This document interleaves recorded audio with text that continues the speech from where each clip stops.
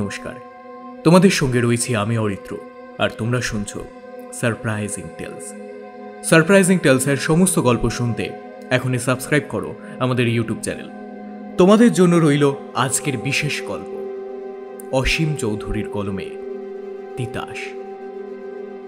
শুনতে থাকো আজকের গল্প।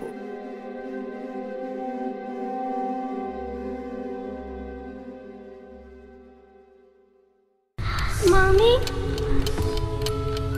Someone is in the room. Somebody is watching me.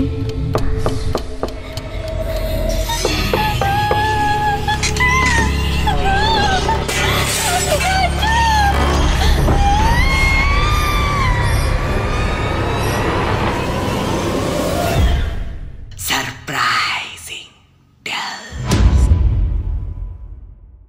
Ayan, ধর্ষণের শাস্তি কি হতে পারে? হঠাৎ বল না, ফাঁসি নাকি যাবজ্জীবন? তোর কি হয়েছে বলতো তিতাস? তুই কি আমায় টার্গেট করছিস? তিতাস ঠোঁটটা ঈষৎ বাঁকিয়ে হুঁ শব্দে একটা তাচ্ছিল্যের জবাব দেয় অয়নকে। গাড়ির উইন্ডোর পাশে পিছনের দিকে ঘন্টায় 60 কিলোমিটার বেগে গাছগুলো অতীতের অন্ধকারে হারিয়ে যাচ্ছে মুহুর্মুহ। হলেই বা, তাতে কি? What do you mean Titas? এই কথোপকথনগুলো হওয়ার কয়েক ঘন্টা আগের ঘটনায় আসা যাক। আজকে সকালে তিতাসের একটা ইন্টারভিউ ছিল পার্ক স্ট্রিটে, অয়নেরই কোম্পানির। অয়নকে মোটামুটিভাবে সেই অফিসের হর্তাকর্তা বিধাতা বলা যেতে পারে, হয়তো তিতাসেরও বিধাতা হতে চেয়েছিল। তিতাসের মিডল ক্লাস পরিবারের বাড়িটা বারুইপুরে। বাবার আশ্রয়হীন বাড়িতে বিধবা মা আর ইঞ্জিনিয়ারিং পাঠরত ভাই, তাই একটা চাকরি যে তিতাসের ভীষণ প্রয়োজন তার বলার অপেক্ষা রাখে না। অয়ন ওর ক্লাস 12 থেকে বন্ধু। বড়লোক বাবার উচ্চশিক্ষিত ছেলে, গড়িয়াহাট থেকে পার্ক স্ট্রিটে নিজের টয়োটা পার্ক করায়, ঠাঁটে অফিস করে আর 6 ডিজিট পার্ক প্যাকেজ নিয়ে বাড়ি চলে যায়। মাঝে মাঝে উইকেন্ডে তিতাসের বাড়ি চলে যেত। লাঞ্চ সেরে বিকেলে তিতাসকে গাড়িতে ঘুরিয়ে ফিরিয়ে সোজা কলকাতায়। এটাই মোটামুটি রুটিন ছিল। এতে প্রেম ঠিক কতটা ছিল তা বলা মুশকিল, তবে তিতাস অবলম্বন চেয়েছিল। তিতাস, এই নে, তোকে দিতে হবে না, পার্টি আমি দেবো। তুই বল, তুই কি দিবি? তিতাসের অ্যাপয়েন্টমেন্ট লেটারটা সকাল 11টায় অয়ন নিজে টাইপ করে এনে তিতাসকে দিতে দিতে কথাগুলো বলছিল। তিতাসের মিষ্টি মুখে হাসিটায় কেন জানি না মিষ্টতা ছিল না কোনো। তোকে কি কিছু দিতে হয়? মানে? চল, আমি বেরোচ্ছি অয়ন, তুই অফিসে কাজ কর। তোকে তো এখন থেকে স্যার বলে ডাকাটা অভ্যাস করতে হবে আমায়। দৌড়সালা! হা হা করে হেসে উঠেছিল অয়ন। তিতাসের ধর্মতলায় কিছু কেনাকাটা করার ছিল। হাজার হোক প্রথম চাকরি, তাই ভাইয়ের জন্য মায়ের জন্য সামান্য কিছু তো আজকে দিনে কেনাই যায়। পরে মাইনে পেলে না হয় ভালো কিছু কিনবে। বিকেলে অয়ন অফিস ক্লোজ করার সময় পাশের কেবিনের প্রত্যুতের দরজা কড়া নাড়ল। ইয়েস। আরে ইয়েসের 108। বেরোবি কি নাকি অ্যাপ্রাইজালের জন্য এখনো রগরাবি?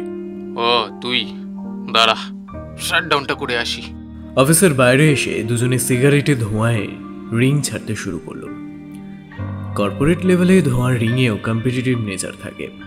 কার ধোঁয়ার রিং কতটা শার্প, কতটা সার্কেল, কতটা স্টেবল।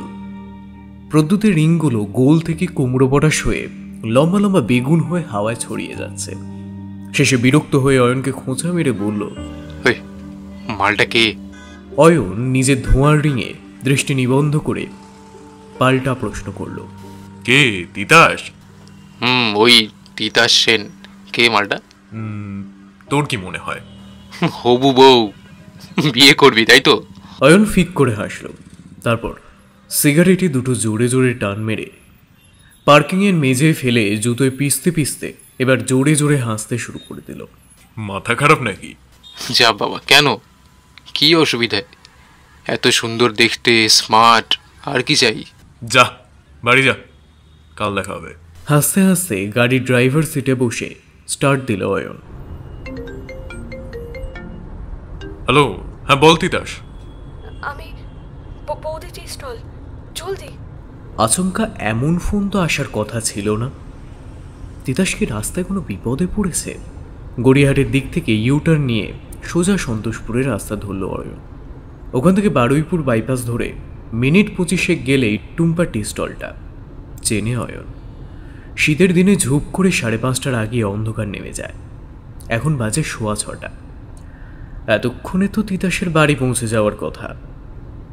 আদি গঙ্গার ধার দিয়ে ছুটে চলেছে অয়ন। খালের ধারে বড় বড় গাছগুলো হেডলাইটে ভুতুড়ে মনে হচ্ছে। এই দিকটা একটু শুনশান। আরে ওই তো সাদা কুর্তিতে রাস্তার ধারে তিতাস। তিতাসকে ক্রস করে গাড়িটা থামল। খিরে, আমায় হরর মুভির হাইওয়ে পেতনি ভেবে পালাচ্ছিলি নাকি? আয় আয় বস।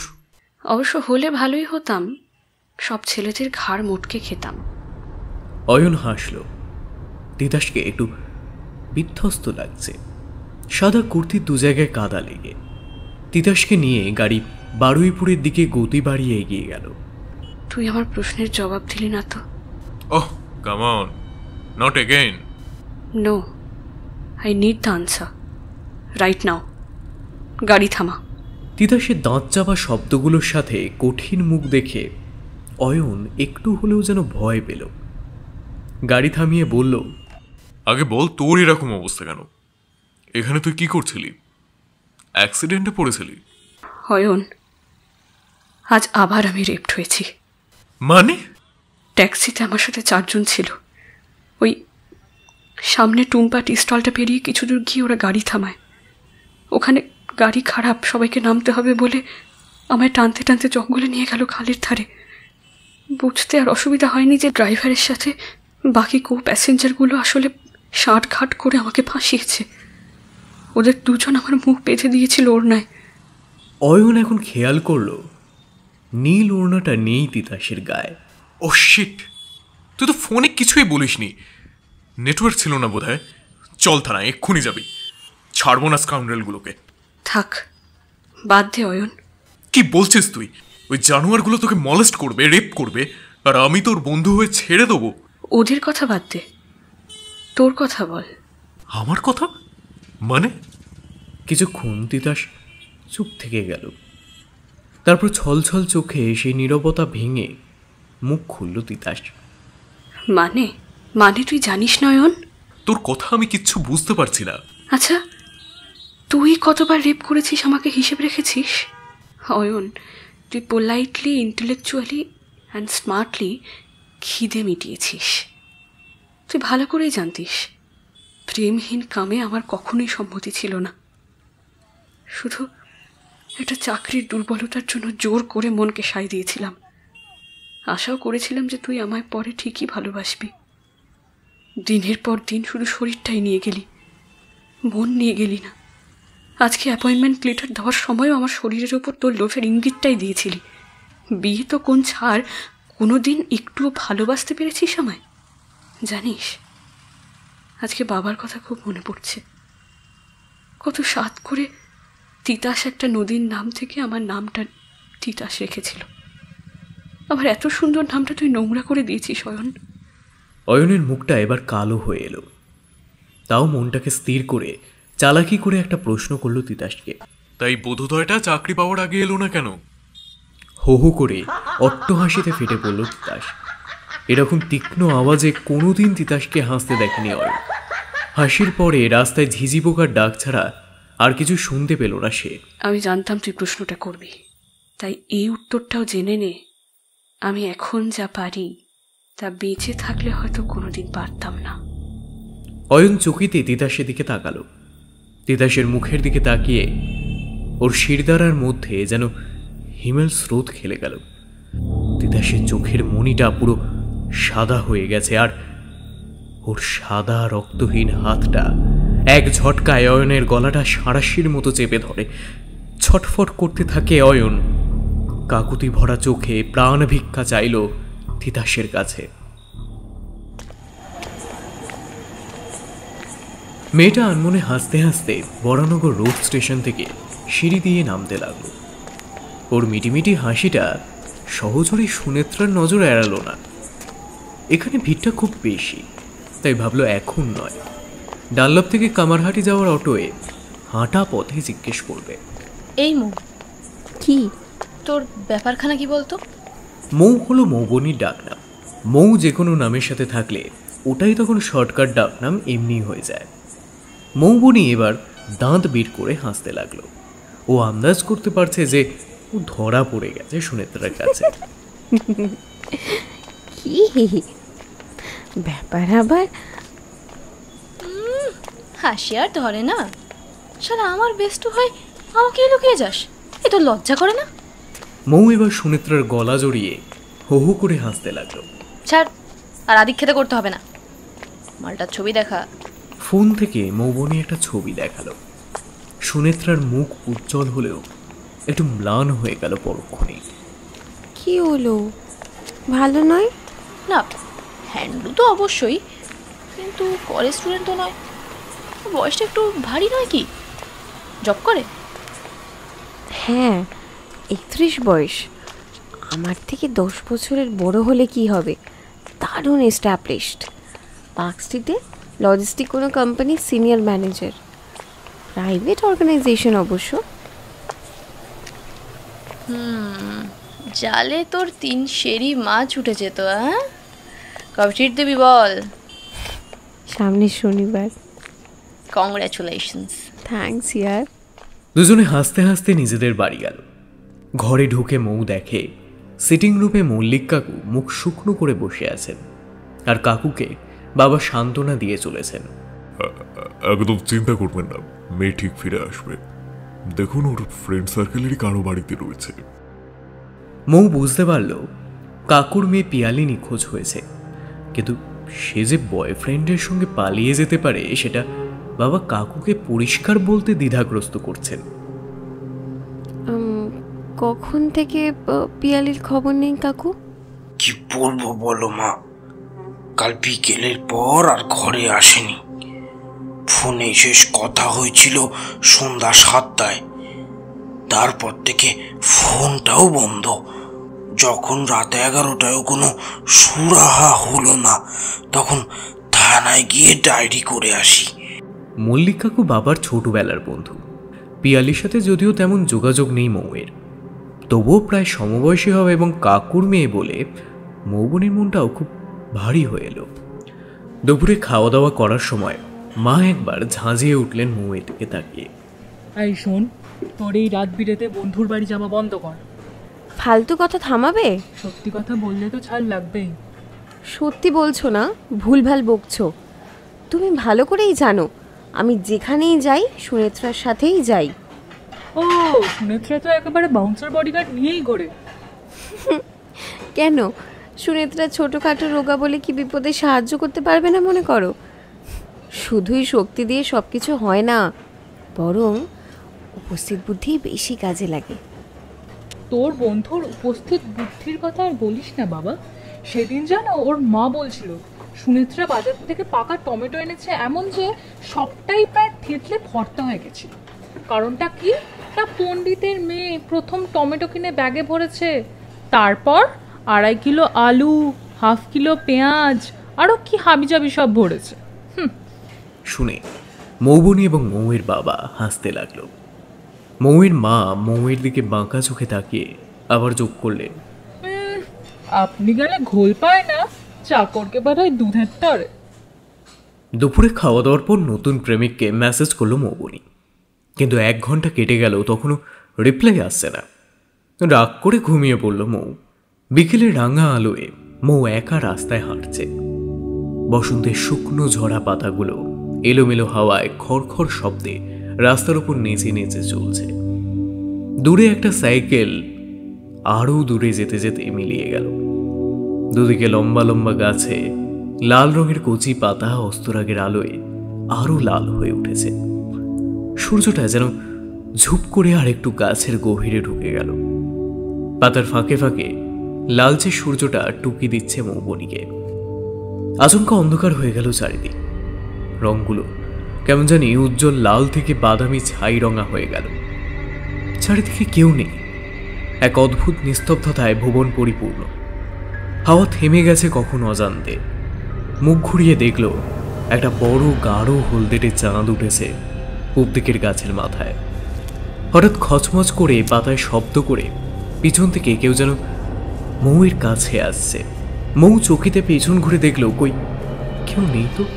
এবার সামনের দিকে তাকিয়ে দূরে রাস্তার ওপর কেউ যেন গুটিসুটি মেরে বসে আছে বলে মনে করল মৌ। বেশ ভয় পেল সে। জিনিসটা ওর থেকে প্রায় 100 হাত দূরে আছে। ভয়ে আরেকবার পেছনে তাকালো সে। কই, কেউ নেই তো। এবার হঠাৎ সামনে দেখে সামনের ওই বসে থাকা জিনিসটাও ভ্যানিস। ডান দিকে 3 হাত দূরের বড় গাছের পেছন থেকে আওয়াজটা এলো, এক বিভৎস মূর্তি সাদা চোখে। মা! মৌ চিৎকার করে উঠল। মৌয়ের মা আওয়াজ দিলে, এই মৌ, ওঠ ওঠ বলছি।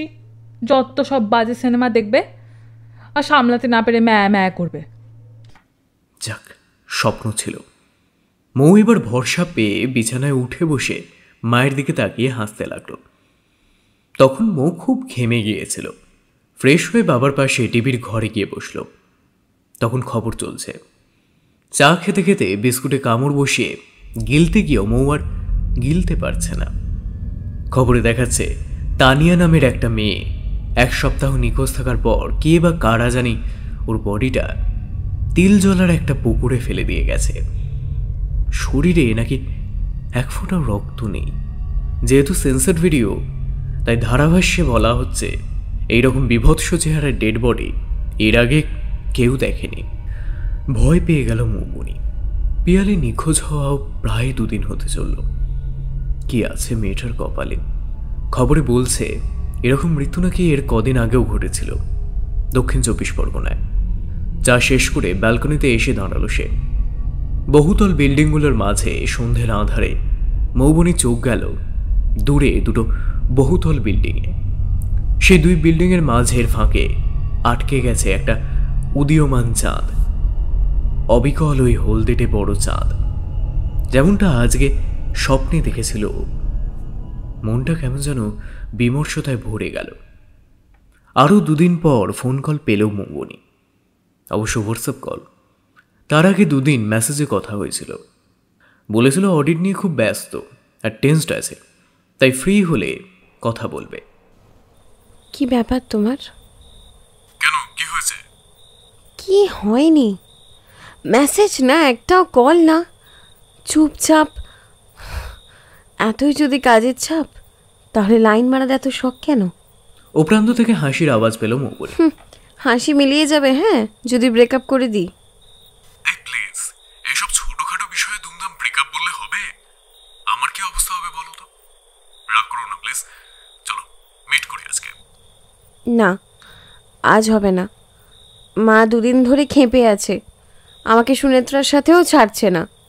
রোজ বাবা কলেজ নিয়ে যাচ্ছে আসছে। কেন? ওই যে মিসিং অ্যান্ড মার্ডার চলছে, খবর রাখো না? হ্যাঁ, শুনছিলাম ওই তিলজলা লেকের ধারে নাকি কি সব বডি ফডি। তানিয়া দেব। আরে ওগুলো দেখো, সব অন্য কেস। আমার তো মনে হয় গ্যাং রেপ টেপ কিছু হবে। মেয়েটাও বোধহয় গোলমেলে টাইপের ছিল। এটা শুনে মৌ রেগে গেল। খারাপ কিছু ঘটলেই মেয়েদের চরিত্র নিয়ে টানাটানি করাটা বোধহয় তোমার মতো সব পুরুষেরই মানসিকতা। আরে আরে, সরি সরি সরি বাবা, আমি ঠিক ওভাবে বলতে চাইনি। কিভাবে বলতে চেয়েছিলে? না মানে, তুমি নিজেই ভেবে দেখো না, তানিয়া সম্বন্ধে তুমি বা আমি কিছু জানি কি? মেয়েটা সৎ চরিত্রও হতে পারে, আবার নাও হতে পারে, তাই নয় কি? ড্যামেজ কন্ট্রোল ভালোই জানো দেখছি। আরে চলো চলো, রাগ করো না প্লিজ। এখন কবে দেখা হবে সেটা বলো। রবিবার দমদমে যাব মাসির বাড়ি। ওখান থেকে 8 ঘন্টা 45 মিনিটের জন্য মাসির মেয়ে তুলিকে নিয়ে মেট্রোতে একটা ট্রাই নেব। কথা দিচ্ছি না কিন্তু। ওকে ওকে, তাই সই। এবার রাখি বস। বডিটা দেখছেন সিআইডির ওসি অঞ্জন ব্যানার্জি এবং সাব ইন্সপেক্টর পীযূষ ধর। পোস্টমর্টম রিপোর্ট জাস্ট এসেছে। মহিলার সাথে যৌন সংসর্গ হয়েছে লাগাতার। সেমেন স্যাম্পলও পাওয়া গেছে। তবে মৃত্যুর কারণটা অদ্ভুত। বলছে হার্ট অ্যাটাক, অথচ কোনো ক্ষতচিহ্ন নেই। আর অদ্ভুতভাবে শরীরটাও প্রায় রক্তশূন্য। কোনো ফোন পাওয়া যায়নি সাথে।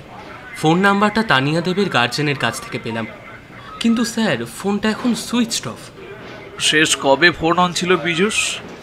স্যার তোরশুর আগের দিন, মানে 2 তারিখে। তবে ডিটেইলড রিপোর্ট এবার সিডিআর চেক করলেই পাওয়া যাবে। ওনারা লোকাল থানায় রিপোর্ট করতে এত দেরি করলেন কেন? আসলে ভিকটিম একটু বখাটে ঘরের মেয়ে। পরিবার ভেবে নিয়েছিল যে মেয়ে হয়তো বন্ধু মহলে অথবা কোনো বয়ফ্রেন্ডের সাথে ফুর্তি করছে, তাই শুরুর দুদিন গার্জেনও তেমন পাত্তা দেয়নি। I C.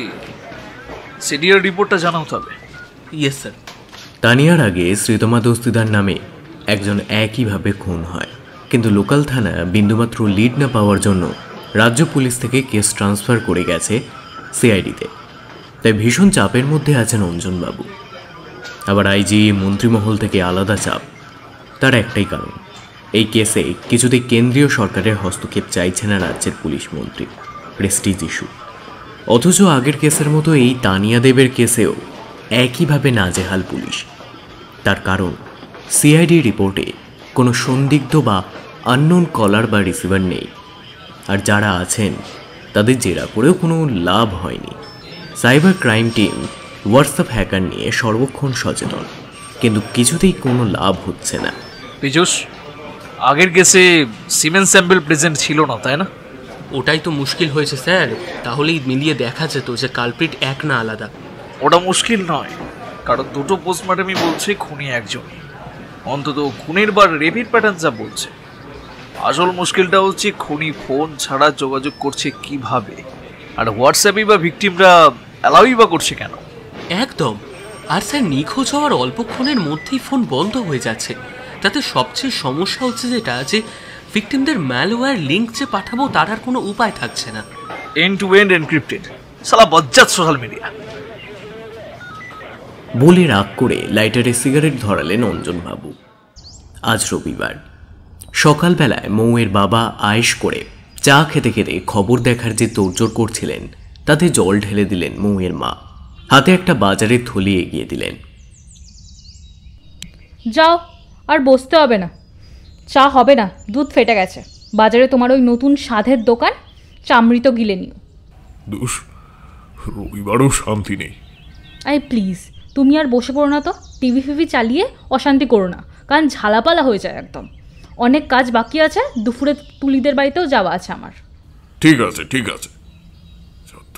মৌয়ের বাবা গজগজ করতে করতে থলে হাতে বেরিয়ে গেলেন। বাজার হলো, খাওয়া হলো, তারপর 3টে নাগাদ মৌবনি আর ওর মা বেরোলেন মৌয়ের মাসির বাড়ি দমদমের উদ্দেশ্যে। তুলিদের বাড়িতে সবাই গোল হয়ে বসে তুলির বিয়ের শাড়ি গয়না দেখাশুনো করছে। আর 1 মাস পর বিয়ে। ফাঁকে ফাঁকে মৌবনি হোয়াটসঅ্যাপ খুলে মেসেজ করিয়ে আবার বিয়ের কেনাকাটায় মন দিচ্ছে। প্রায় 5টা নাগাদ যখন সমস্ত বাজার দেখা কমপ্লিট, তখন মৌ তুলিকে বলল, চল। মৌয়ের মায়ের কানে কথাটা যেতেই, কোথায় যাবি তোরা এখন? 8 ঘন্টা, একটু বাড়ি থেকে ঘুরেই চলে আসবো। কোথাও যেতে ফেতে হবে না এখন, সোজা বাড়ি। এমন কেন করছো মা? এখন তো পুরো আলো, তোমার না সব কিছুতেই বেশি বেশি। মৌয়ের মা জবাবে কিছু বলতে যাবেন, তখন তুলির মা বলে ওঠেন, যাক না, ওরা কি ছেলে মানুষ নাকি? ওদেরকেও তো একটু স্পেস দিতে হবে। কদিন পরে তুলির বিয়ে হয়ে গেলে আর কি ওরা ঘন ঘন দেখা করতে পারবে? যা তোরা যা। মাসির আশকারায় ধরে প্রাণ এলো মৌবনি। বেচারা অয়ন অনেকক্ষণ অপেক্ষা করছে দমদম মেট্রো স্টেশনে। মেট্রো স্টেশনে আসার পথে মৌবনি ওর নতুন বয়ফ্রেন্ডের বিষয়টা তুলিকে শেয়ার করলো, কিন্তু অয়ন আপত্তি করায় মৌ তুলিকে স্টেশনের বাইরে রিলায়েন্স মলে কিছুক্ষণ সময় কাটানোর জন্য বলে। তুলিকে শপিং মলে রেখে এসে স্টেশনে ঢুকে পার্ক স্ট্রিটগামী একটা মেট্রোয়ে ঢুকে পড়ল। নির্ধারিত মেট্রো কামরার ভিতরে দাঁড়িয়ে থাকা অয়নকে পিছন থেকে জাপটে ধরল মৌবনি। বদমাস! কেন, কি করলাম? শুধু তোমার জন্য ঘর ভর্তি লোকের কাছে মায়ের কাছে বকা খেলাম, এই শুধু এই দুষ্টুটার জন্য। বলে মৌবনি অয়নের গালটা 2 আঙুলে টিপে দিল। একে একে বেলগাছিয়া শ্যামবাজার পেরোতে লাগলো মেট্রো। এই তুলি কিন্তু দমদমে ওয়েট করছে। ওকে মেসেজ করে বলো আর 1 ঘন্টা ওয়েট করতে। এই না, মাত্র 8 ঘন্টা ছুটি নিয়ে এসেছি। হাসলো অয়ন। বাঙালির আবার টাইম টেবিল। তোমাকে একটা সারপ্রাইজ দেবো আজকে।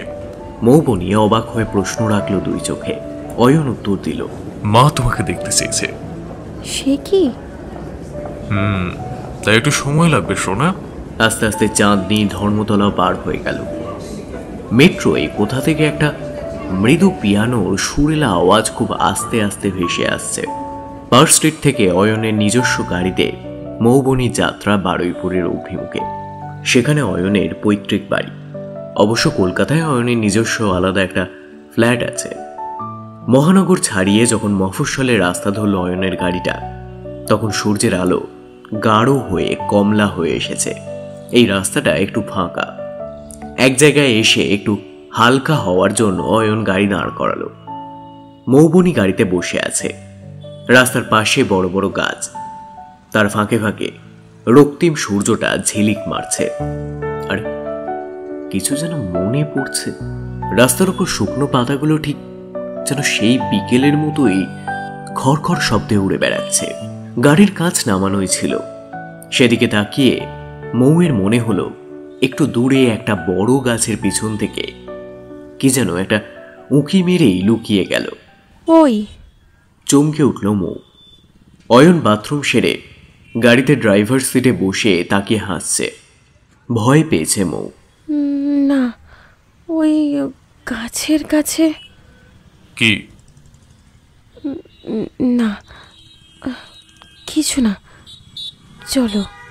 অয়ন হাসি মুখে গাড়ি স্টার্ট করে চলতে শুরু করলো।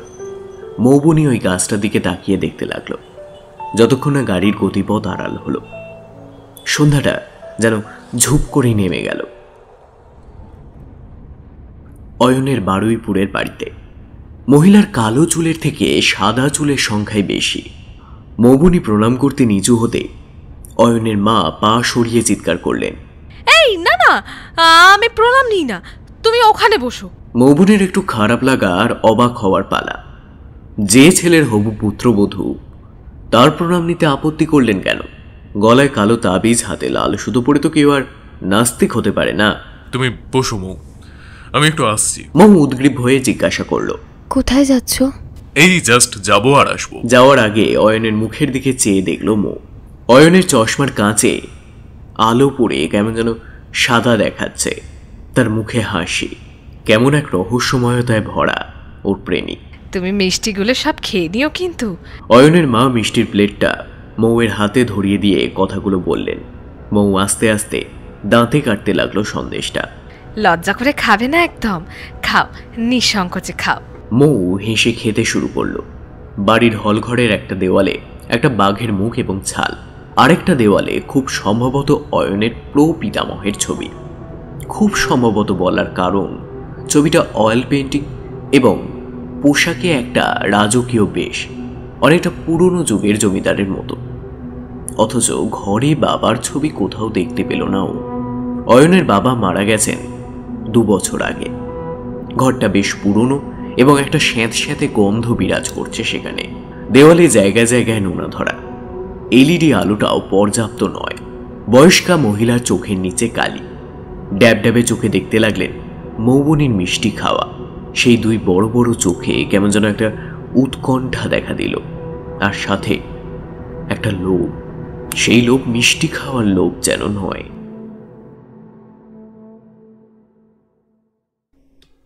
কিরে, মৌ কোথায়? মৌয়ের মা এবং মাসি প্রায় সমস্বরে জিজ্ঞাসা করলেন, আছে মানে ওই একটু পরেই আসবে, একজনের সাথে দেখা করতে গেছে। মানে? তুলি এবার বেশ ঘাবড়ে গেছে। অয়নের কথাটা মাসি জানে কি? বলবে কি বলবে না ভেবে কুল পাচ্ছে না। ইস, ঘরে ঢোকার আগে একটু হোমওয়ার্ক কেন করে নিল না? মানুষ ঘরে বসে বাইরের কাজের জন্য হোমওয়ার্ক করে, আর তুলিকে ঘরে জবাবদিহির জন্য বাইরে হোমওয়ার্ক করতে হতো। তুলি নিজেকে নিজে চড় মারতে ইচ্ছে করছে এখন। কি বলবে এবার? আরে এই হেবাকান্তর মতো দাঁড়িয়ে যে, বোবা হয়ে গেলি নাকি? না তো, অয়নদার সাথে মৌ দেখা। এবার মৌবনীর মা এগিয়ে এসে শান্ত হয়ে করুণ চোখে চাইলেন, বল না মা, মৌ কোথায়? বল না। ও মেসেজ করেছিল কিছুক্ষণ আগে, বলল ওর নাকি লেট হবে, 1 ঘন্টা মতো লাগবে বলল। ফোন করলাম কিন্তু ফোনে পেলাম না। শুনে মৌয়ের মায়ের মাথায় বাজ পড়ল। নিজের মোবাইল থেকে নাম্বার ডায়াল করলেন মৌয়ের মা। মৌয়ের phone out of the coverage. বাড়িতে হুলস্থুল পড়ে গেল। মৌয়ের বাবা হন্তদন্ত হয়ে দমদমের বাড়িতে এলেন।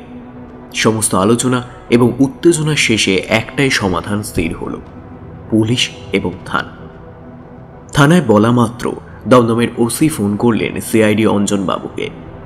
অঞ্জনবাবু ফোনে মৌয়ের বাবাকে চাইলেন। হ্যালো স্যার, আমি মৌয়ের বাবা বলছি। ওদিক থেকে অঞ্জনবাবু থামিয়ে দিয়ে বললেন, হ্যাঁ, আপনার হোয়াটসঅ্যাপ আছে? আছে স্যার, আছে আছে। একটা লিঙ্ক শেয়ার করছি, ওটা আপনার মেয়েকে ইমিডিয়েটলি ফরওয়ার্ড করুন আর লিখুন লিঙ্কে টাচ করতে। আপনি বাবা, তাই এই লিঙ্কে পেলে আশা করি সে আপনার অবাধ্য হবে না।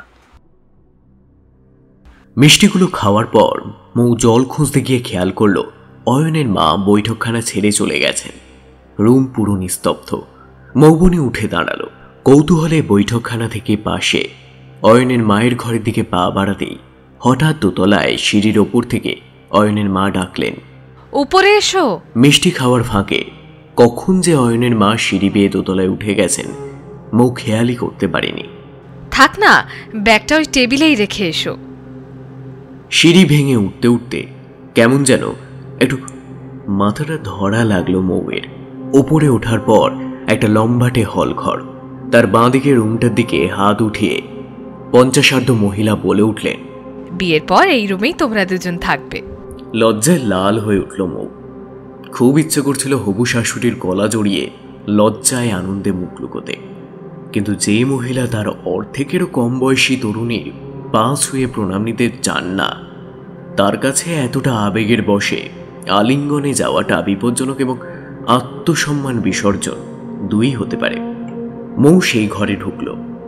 সুন্দরভাবে সাজানো গোছানো হলেও এ কেমন ঘর, যেখানে দেওয়ালে অ্যাবস্ট্রাক্ট পেন্টিংয়ে জাহাজডুবির ছবি, নগ্ন নারীর জনি থেকে রাক্ষস জন্ম দেওয়ার ছবি। এতটা অশুভ ছায়া মৌ জীবনে কোনোদিন কোনো বাড়িতে দেখেনি। মৌয়ের মাথা এবার বেশ ঝিমঝিম করতে লাগলো। ও ধপ করে বিছানায় বসে পড়ল। ঝাপসা চোখে দরজার কাছে অয়নের মাকে স্থিরভাবে দাঁড়িয়ে থাকতে দেখল। মৌয়ের চোখ দুটো ঝাপসা মনে হলেও মৌ বুঝতে পারল ওই দুই চোখে এক অদ্ভুত চকচকে অপেক্ষা রয়েছে। কিসের অপেক্ষা? মৌয়ের সংজ্ঞাহীন হওয়ার অপেক্ষা। মিষ্টি, হ্যাঁ, ওই মিষ্টিতেই সব উত্তর ছিল। কার কি ক্ষতি করেছে মৌ? কেন ওকে এই অবস্থার মধ্যে পড়তে হলো? ব্যাগের ভিতর থেকে ফোনটা বের করল মৌ। একটা মাত্র মানুষই আছে যে ওকে বাঁচার শেষ রাস্তা দেখাতে পারে, তিনি হলেন মৌয়ের বাবা। ফোনে টাওয়ারটা খুব সামান্যই মনে হচ্ছে। আচমকা টুম করে শব্দ হলো ফোনে। বাবার হোয়াটসঅ্যাপ মেসেজ। আওয়াজ শোনা মাত্র অয়নের মা ফোনটা কাটতে গেলেন। তুমি ফোনটা দাও, শুয়ে পড়ো তো। মৌ এক ঝটকায় মহিলাকে ধাক্কা দিয়ে সরিয়ে দিল। বাবার হোয়াটসঅ্যাপ মেসেজ, মা যদি বাঁচতে চাস এই লিঙ্কটা টাচ কর এক্ষুনি। মৌ টাচ করার সাথে সাথেই ফোনটা কেড়ে নিয়ে অয়নের মা ছুঁড়ে দিলেন দিকবিদিক জ্ঞান শূন্য হয়ে। মহিলার দুই চোখে আগুন। রাগে ফুঁসছেন আর হাঁপাচ্ছেন মৌয়ের দিকে তাকিয়ে। মৌ বিছানায় শুয়ে পড়ল। মুখ দিয়ে অস্পষ্ট শব্দ বের হলো, বাবা। সিআইডি কলকাতা। সাব ইন্সপেক্টর পীযূষবাবু দৌড়তে দৌড়তে ইন্সপেক্টর অঞ্জন ব্যানার্জির কেবিনে ঢুকলেন। অঞ্জনবাবু ভ্রু তুলে জিজ্ঞাসা করার আগে পীযূষবাবু উত্তেজিত হয়ে বললেন, সিস্টেম থেকে দারুণ খবর পাওয়া গেছে sir. Any lead? Yes sir, মৌবনির ফোন ট্রেস করা গেছে। Current location Baruipur. Let's go. অঞ্জনবাবু এবং পীযূষবাবু দুজনেই প্রায় একসাথে যুদ্ধ জেতার প্রতিবর্ত ক্রিয়ায় হাতের মুঠো শক্ত করে শূন্যে ঝাঁকালেন। সাইবার ডিপার্টমেন্ট ততক্ষণে মৌয়ের হোয়াটসঅ্যাপ থেকে অল কন্ট্যাক্টস এবং সেখান থেকে অয়নকেও ট্রেস করে ফেলেছে। অথচ অয়নের লোকেশন তখন পার্ক স্ট্রিটে। মৌয়ের সাথে এত ফ্রিকুয়েন্ট কল আর মেসেজ দেখে সম্ভাব্য কালপ্রিট হিসেবে অয়নের নামটাই সবার প্রথমে উঠে এলো। পুলিশের গাড়িতে যেতে যেতে পীযূষবাবু ফোনটা বের করলেন। হ্যালো সুনেত্রা। হ্যাঁ স্যার। অয়নের পার্ক স্ট্রিটের অফিসের নামটা জানেন কি? না স্যার, বলেছিল অবশ্য, কিন্তু এখন একদম মনে পড়ছে না। তবে লজিস্টিক বিজনেসের। আর হ্যাঁ, ওই পার্ক প্লাজার অপোজিটে যে সেটা মৌ বলেছিল। ওকে, থ্যাঙ্কস। Welcome sir. ফোনটা রেখে পীযূষধর চাইলেন পিছনে বসা অঞ্জনবাবুর দিকে। স্যার, লোকেশন যা বলছে তা সুনেত্রার দেওয়া লোকেশনের সাথে একদম মিলে যাচ্ছে। তলাশ করার বাচ্চাটাকে। লকআপের ভিতর অয়নকে এক লাথিতে মেজের ওপর ফেলে দিয়েছেন OC Anjan Banerjee. Sub inspector Piyush Dhar নিজের 2 হাঁটু দিয়ে ওর 2 হাত চেপে ধরে রেখেছেন। অয়নের গলাটা পুলিশের ডান্ডা দিয়ে সাঁটিয়ে চাপ দিতেই কক করে আওয়াজ বের করে ফেলল অয়ন। এইবার অঞ্জন ব্যানার্জি হাঁটু মুড়ে অয়নের কাছে বসে রিভলভারটা ওর চোখের সামনে রেখে দিয়ে বললেন, দেশের বিচার ব্যবস্থার উপর আমাদেরও ভরসা নেই রে। কে এত কোর্টের পিছনে টাইম দেবে বল? হ্যাঁ, আর তোরও খুঁটির জোর নেই। চল তাহলে ফাঁকা মাঠে আজ তোকে গোল দিয়ে আসি। আর গাঁজা রেপ কেস তোর পকেটে ঢুকিয়ে দিলে মিডিয়া আমাদের পকেটে। অয়নের চোখে মুখে আতঙ্কের ছাপ। কাঁপতে কাঁপতে বললেন, বলছি স্যার, বলছি। মৌবনির আগে শ্রীতমা, তানিয়ার পিয়ালিও খুন হয়েছে। খুন হয়েছে নাকি করেছিস? হ্যাঁ, মদতটা আমি। আর আসল কাজটা? অয়ন চুপ করে থাকলো। কে বল? সর। ও কে? ও তিতাস। কতক্ষণ ঘুমিয়েছে মৌয়ের খেয়াল নেই। যখন ঘুম ভাঙল তখন বিছানা হাতড়ে দেখল ফোনটা নেই। ওর মনে পড়ল গভীর ঘুমে আচ্ছন্ন হওয়ার আগে অয়নের মা মৌবনির ফোনটা কেড়ে নিয়েছেন। এখন মৌবনির শরীরটা কেমন যেন করে উঠল। এক বাঙালি ভদ্র সমাজের বাড়ি যেন মনে হচ্ছে একটা জনমানবহীন রুক্ষ পাহাড়ের কোলে, নির্জীব মৃত উপত্যকার থেকেও আরো বেশি মৃত, নগ্ন এবং অসভ্য 12x14 ফুটের একটা শোবার ঘর যেন পরিচিত সজীব মুখর প্রাণবন্ত পৃথিবীর থেকে একেবারেই আলাদা। ভয়ে যে এতটা করুণতা মাখা হয় ও জানত না। ওকে বেরিয়েই আসতে হবে এই নরক থেকে। পায়ের মাসেল দৃঢ় করে শক্তি জোগানোর চেষ্টা করতে লাগলো মৌবনি। কিন্তু হায় কপাল, ও মাথাটা তুলতে পারলেও কোমরে জোরই পাচ্ছে না উঠে বসার মতো। ছোটবেলা বাবার কথা মনে পড়ছে তার। Get up Mou, stand up, you can. না, তাও পারছে না। একসময় দূরে দরজার ওদিকের অন্ধকার থেকে মৌ দেখতে পেল একটা ছায়ামূর্তি ঘরের ভেতর আসছে। পাখাটা আস্তে হয়ে গিয়ে ভীষণ রকমের দুলতে শুরু করে দিয়েছে। বেডরুমের ওয়ার্ড্রপের ওপর রাখা ফটো ফ্রেমটা ঝাঁকুনি খেয়ে নিচে মেঝে পড়ল। সেই নারী মূর্তির চুলগুলো সাপের শত শত সন্তানের মতো কিলবিল করে উঠছে। একজোড়া সাদা চোখ, সাথে বিভৎস লোলুপ জিভ লকলক করে মৌবনির বিছানার কাছে এসে পড়েছে। মৌবনি 2 পা সাঁড়াশির মতো ঠান্ডা স্পর্শ দিয়ে চেপে ধরল ওই প্রেতিনী। সেবার নিজের পা দিয়ে মৌবনি 2 পা চেপে ধরেছে। মৌয়ের ওই 2 হাতের ওপর 2 শক্ত কাষ্ঠল হাত। মৌবনি দেখতে পাচ্ছে লকলকে পিশাচি ও জীব সমেত বিভৎস মুখটা ওর মুখের দিকে এগিয়ে আসছে।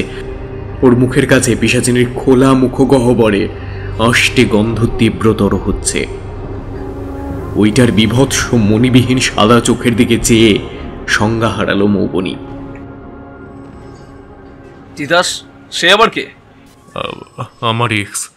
কোথায় সে? সে সর্বত্র, হয়তো এখানেও। সালা ইয়ার কি হচ্ছে? মাটার ফোন নম্বর দে। আচমকা হেসে উঠল অয়ন।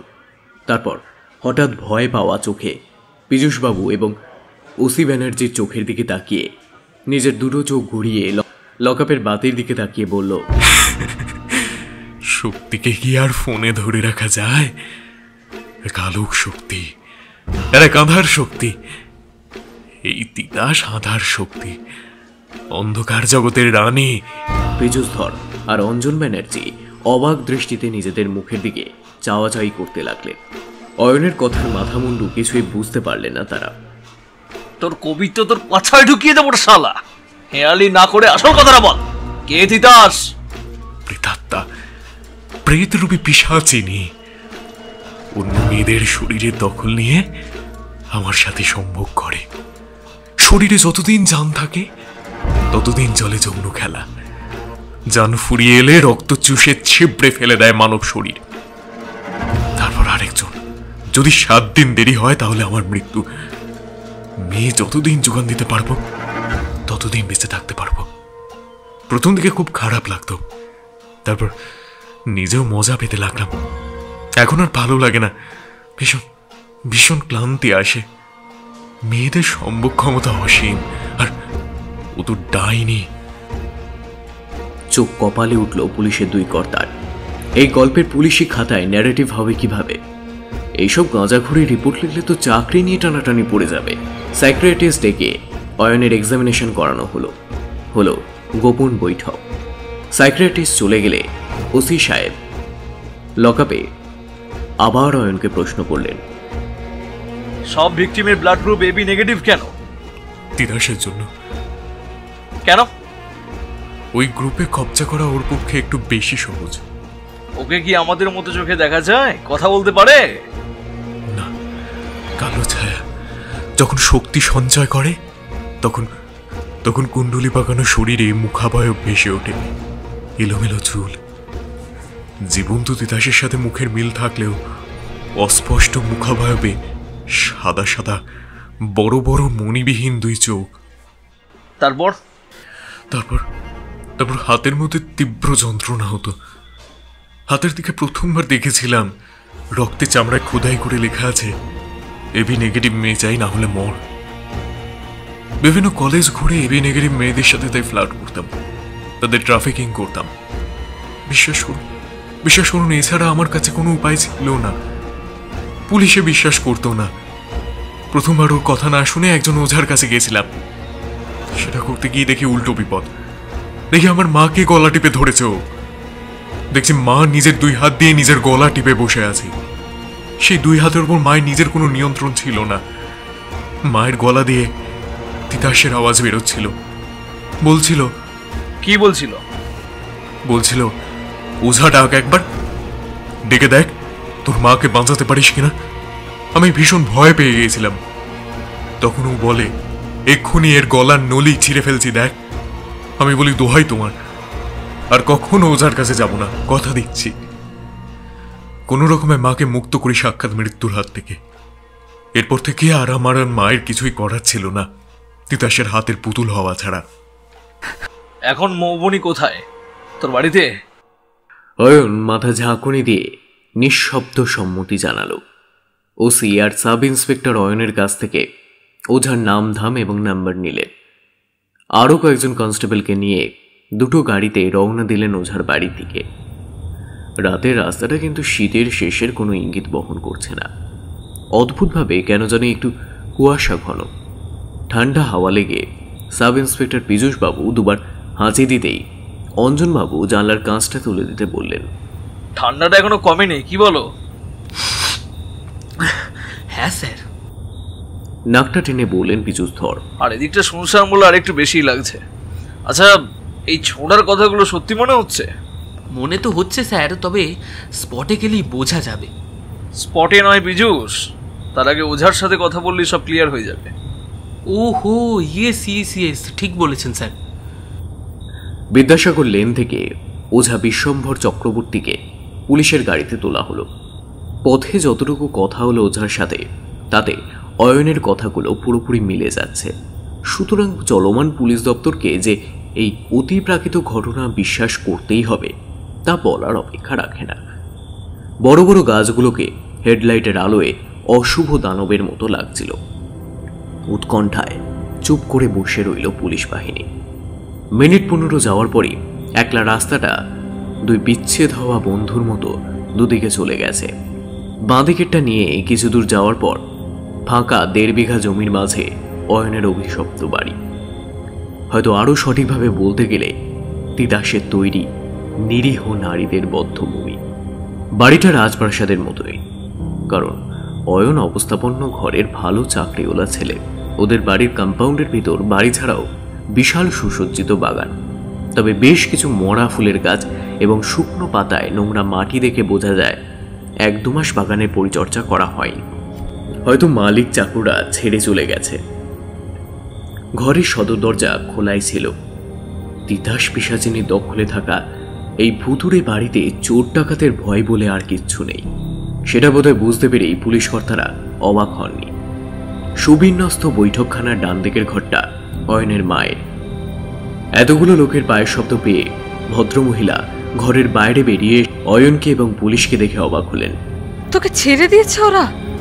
না, তুমি ঘরে যাও মা। তোকে ধরে নিয়ে গেলে তো ওই রাক্ষসে মাগি তো আমায় খেয়ে ফেলবে। ভদ্রমহিলার বিস্ফারিত চোখের নিচে ডার্ক সার্কেল এবং দৃষ্টি অস্বাভাবিক ও আনমনা। হয়তো সাইকো হয়েছেন এই কয়দিনে। অন্যদিকে চেয়ে পিছন ঘুরে যেতে যেতে বিড়বিড় করলেন, পুলিশ তো আসবেই, সব মেয়েরই বাপ আছে মা আছে, তারা ছাড়বে কেন? ওঝা বিশ্বম্ভর চক্রবর্তী সবাইকে হাত দিয়ে থামিয়ে নিজে আগে সিঁড়িতে পা দিয়ে উঠে পড়লেন। তারপর বাকিদের পিছনে আসতে বললেন। সিঁড়ির হাফ ল্যান্ডিংয়ে একবার থেমে পুলিশ এবং অয়নকে বললেন এই মাঝপথেই থামতে।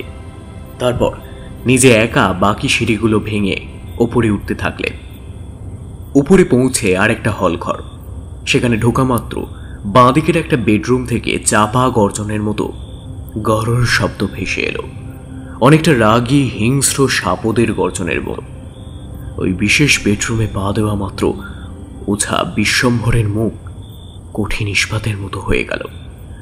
বিশ্বম্ভরের পুলিশের গাড়িতে ওঠার আগেই আন্দাজ করেছিল এরকম একটা কিছু ঘাত প্রতিঘাতের সম্ভাবনা থাকতে পারে, তাই সঙ্গে কিছু তন্ত্র সাধনার সরঞ্জাম নিয়ে এসেছিল সে। খাটের ওপর বসে থাকা মৌবনীরূপী প্রেত এক দৃষ্টিতে বিশ্বম্ভরের দিকে তাকিয়ে গর্জে চলেছে, তোরা চলে যা বলছি, চলে যা। বিশ্বম্ভরের দৃষ্টি নিবন্ধ মৌবনীর দিকে, কিন্তু দুই হাত নিযুক্ত হয়ে আছে ঝাড়ফুঁকের সামগ্রীতে। তিনি একটার পর একটা জিনিস মেঝের ওপর সাজিয়ে নিলেন।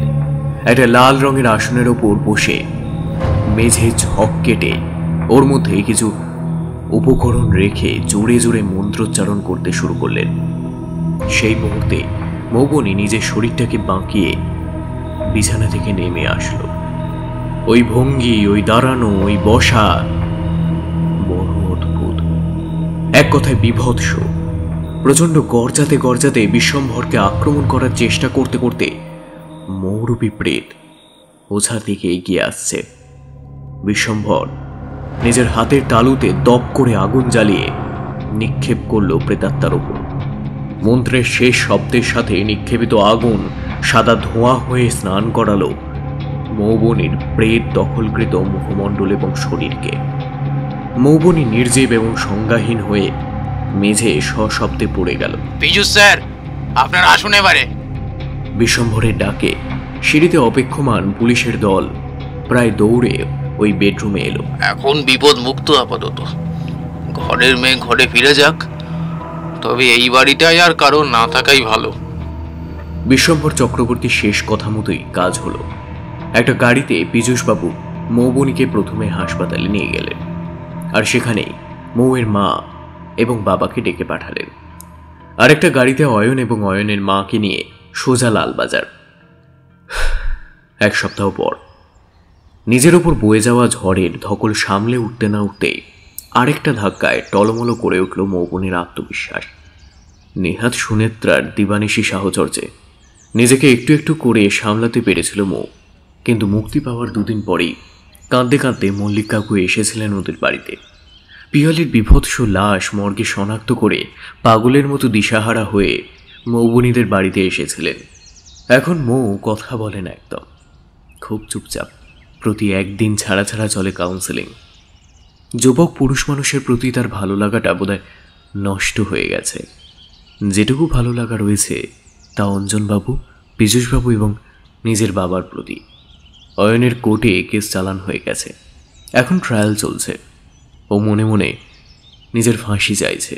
একা একা বেঁচে থাকার মতো সাহস, ইচ্ছে এবং আর্থিক সচ্ছলতা কিছুই আর বাকি নেই। জেলের কুঠুরিতে আজ অন্ধকার জানলার দিকে চাইতে ভয় পাচ্ছে অয়ন। ঠিক এই দিনেই 3 বছর আগে তিতাস গ্যাং রেপ হয়ে মারা গিয়েছিল। একটু চোখ লেগে গেছিল অয়নের। হঠাৎ জেলের লোহার গড়াতে ক্যাঁচ ক্যাঁচ শব্দ করতে অয়ন চোখ খুলে দেখে মণিবিহীন সাদা দুটো চোখ গড়াদের ওপারে।